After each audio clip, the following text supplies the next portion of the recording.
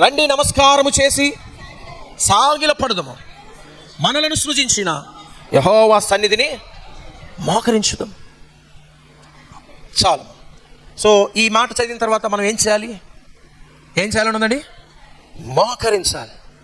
మోకరించి ఆయన ఎదుట సాగిలపడాలి, తగ్గించుకోవాలి.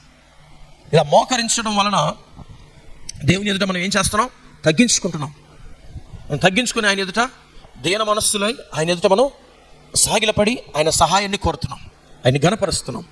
హల్లెలూయా, ప్రైజ్ ద లార్డ్. చెప్పక్కర్లా, నువ్వు మోకరించి తల వంచి సాగిలపడితే ఆటోమేటిక్గా అది ఏం సూచిస్తుంది?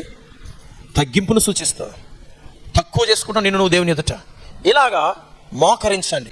బైబిల్లో ఒక వ్యక్తిలా మోకరించి ప్రార్థన చేసేవాడుగా ఉన్నాడు. సింహాల ఎదుట కూడా ధైర్యంగా నిలబడగలిగాడు. దేవునికి స్తోత్రం. దానియేలు ప్రతి ఉదయం, ప్రతి మధ్యాహ్నం, ప్రతి సాయంత్రం ముమ్మారు యెరూషలేము తట్టు కిటికీలు తెరిచి ప్రార్థన చేశాడు మోకరించి.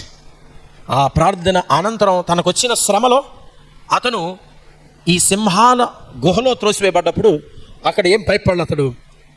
అక్కడ భయపడలా, ధైర్యంగా వాటి ముందు నిలబడ్డాడు. అయితే ఆ సింహాలు ఆ దానియేలుని ఏమి చేయలేకపోయాయి, ఎందుకంటే దేవుడు వాటి నోళ్లను మూసేసాడు.